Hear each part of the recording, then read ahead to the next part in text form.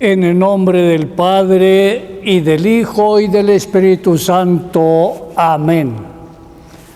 Bienvenidos a este encuentro con la palabra de Dios.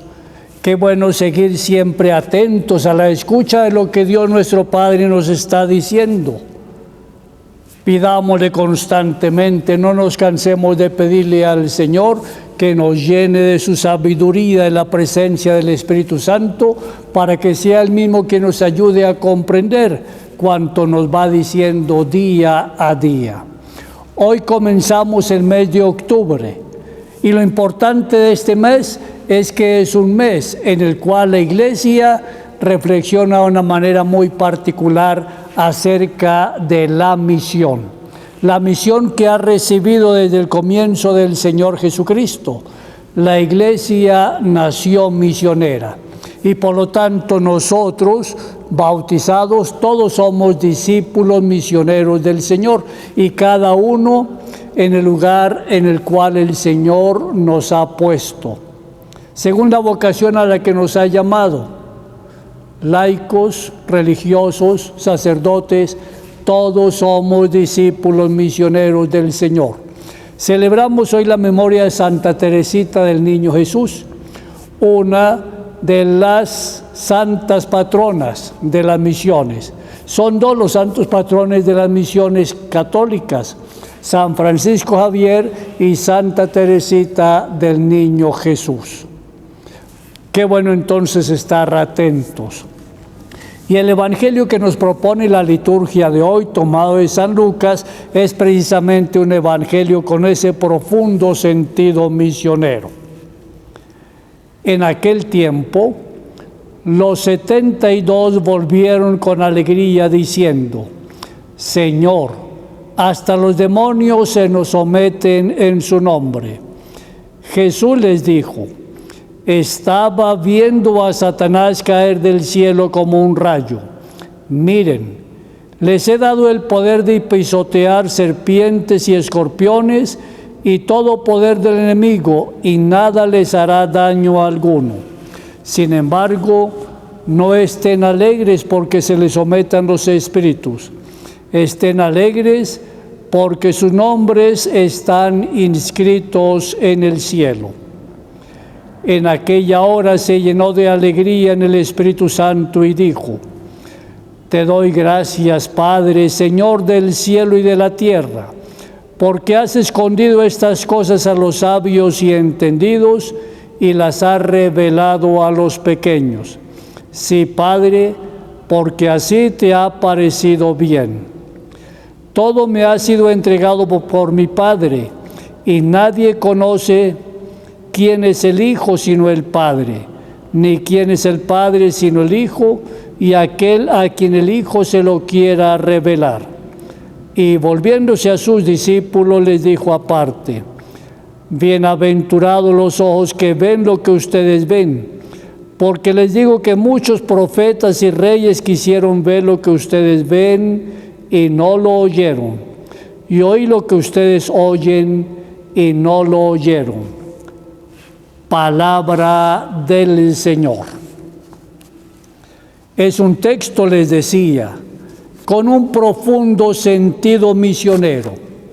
Leyendo el Evangelio nos encontramos con el Señor Jesús, quien desde el principio, al comenzar el anuncio del reino de Dios, fue llamando a diversas personas, hombres y mujeres de buena voluntad, para que estuvieran con Él, lo vieran y lo escucharan, y así lo pudieran conocer y aprender también el mensaje que el Señor ha venido a anunciar. Muchas personas lo siguen, y entonces, unos renglones antes, el Evangelio nos dice que el Señor envió a 72 discípulos y los envió de dos en dos. Vayan a preparar el camino a los lugares que yo luego visitaré. Y hoy nos dice el texto que ellos regresaron. Y de todos esos discípulos que el Señor llamó, finalmente eligió a 12, a quien llamó apóstoles. De esta misión De los 72 enviados por el Señor, una vez que ellos regresan muy contentos. ¿Por qué razón? El envío y regreso de los discípulos fue una hermosísima experiencia del poder del reino de Dios y la palabra que lo proclama. La palabra de Dios es un arma poderosa que nos está indicando que Dios definitivamente está con nosotros. Acordémonos también que la palabra es digámoslo así, la herramienta con la cual Dios ha creado cuanto existe. Primeros capítulos del Génesis, Dios al comienzo dijo: hágase la tierra, hágase la luz, háganse los animales, y todo esto se hizo gracias a la palabra pronunciada por Dios. Y finalmente se dice: hagamos al hombre a nuestra imagen y semejanza. Y al final vio Dios que todo era bueno. Y esta palabra pronunciada por Dios desde el comienzo, nos dice San Juan en el capítulo 1 de su Evangelio, esta palabra se hizo carne y habitó entre nosotros. Es esta palabra la que van a proclamar los discípulos enviados por el Señor en misión. Y esa palabra entonces va proclamada en el nombre y con el poder del Señor Jesucristo.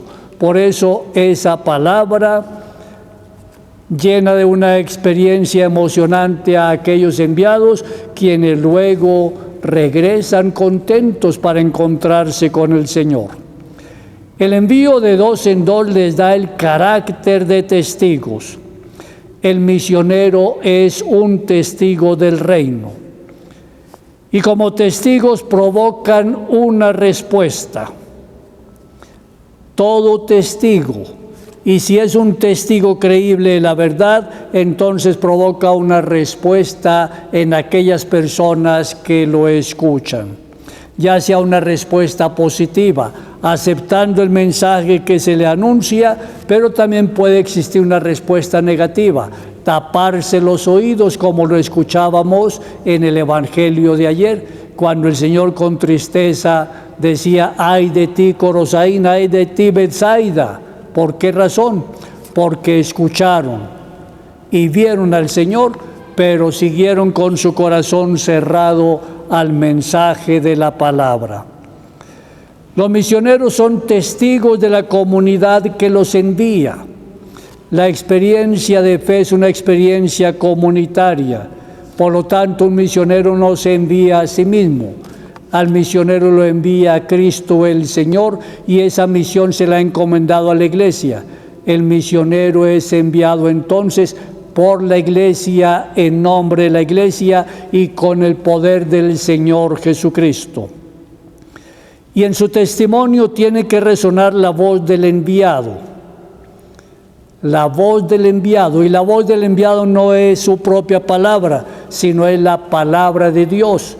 El misionero es un instrumento en las manos de Dios, quien va a proclamar la palabra de quien lo envía. Los discípulos son enviados como ovejas en medio de lobos, y a veces tienen que sacudir el polvo de las sandalias como testimonio en contra. ¿Cuántas veces vemos esta experiencia en el mundo? El Señor nos lo ha dicho: vayan y sean sencillos como las ovejas. Y estén atentos, porque el mundo realmente está lleno de lobos sagaces.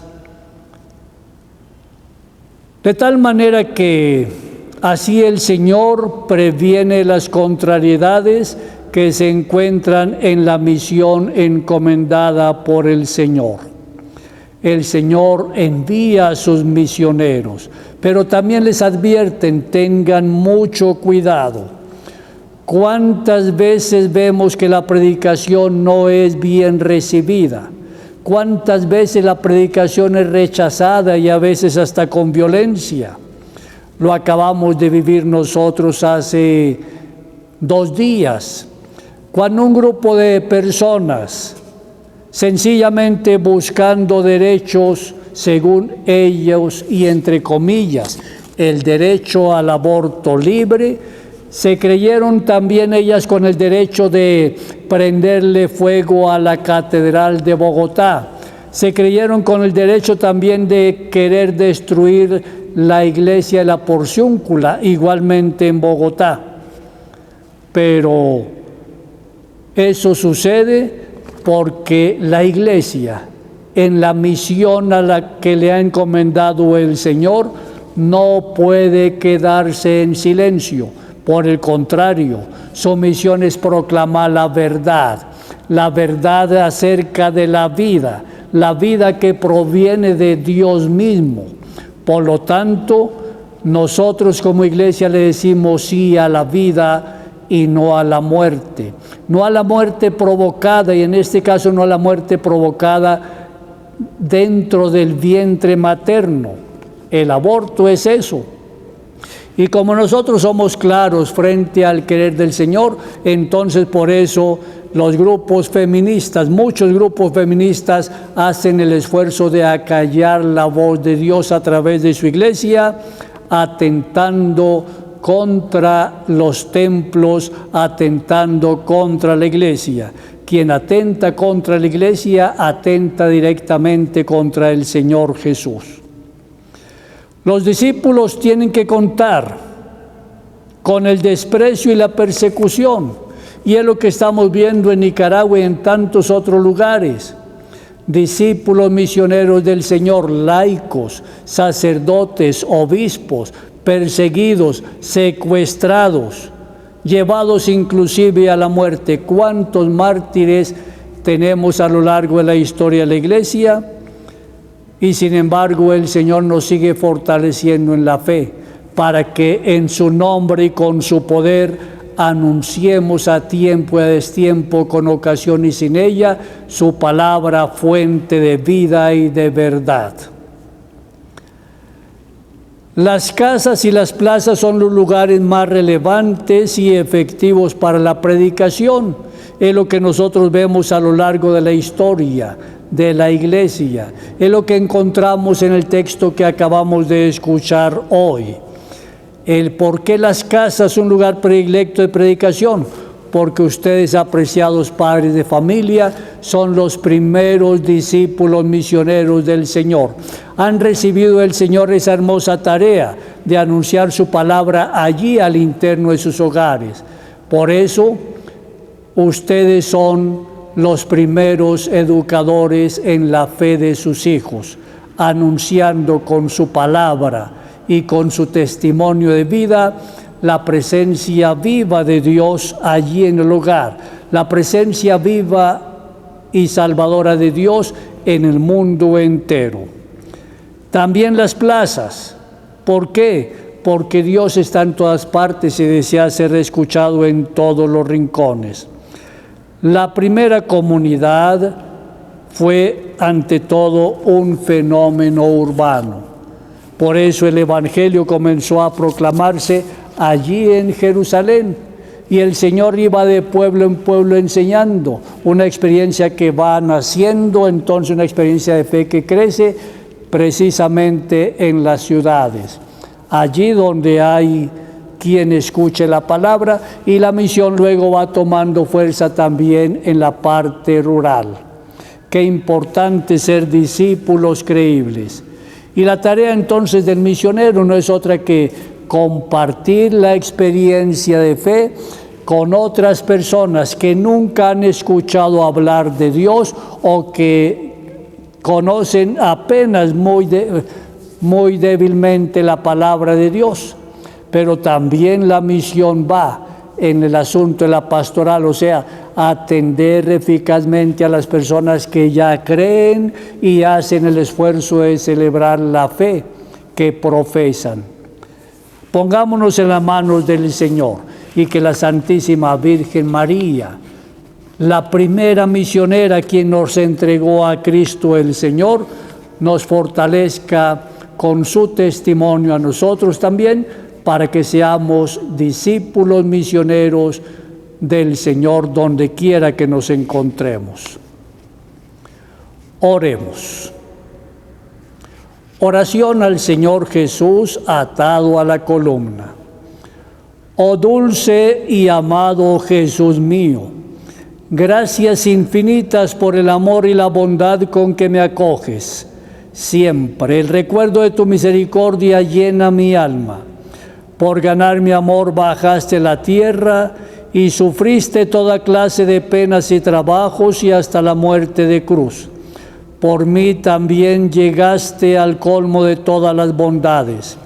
Te quedaste en el sacramento del altar queriendo ser mi manjar, consuelo y perpetuo compañero. Porque me amas, te presentas en esta imagen flagelado, atado a una columna, casi desnudo, cubierto de sangre y mirándome lleno de misericordia. Yo soy ese Pedro que, arrepentido después de su pecado, vuelve a ti y se acoge a tu mirada de perdón. Gracias, Señor, por tu misericordia. Ahora me comprometo a cambiar y a responder a tu amor. Dame la gracia de cumplir siempre tu santa ley, de imitar tu misericordia con mis hermanos y de vivir y morir en tu amor. Amén. María Inmaculada, Madre de la Iglesia y auxiliadora de los cristianos, ruega por nosotros. San Juan Bosco, ruega por nosotros. Que el Señor Dios te bendiga y te favorezca, te muestre su rostro y te conceda siempre la paz, la alegría y la salud. Y la bendición de Dios, Padre, Hijo y Espíritu Santo, descienda sobre ti y sobre tu familia y permanezca para siempre. Amén.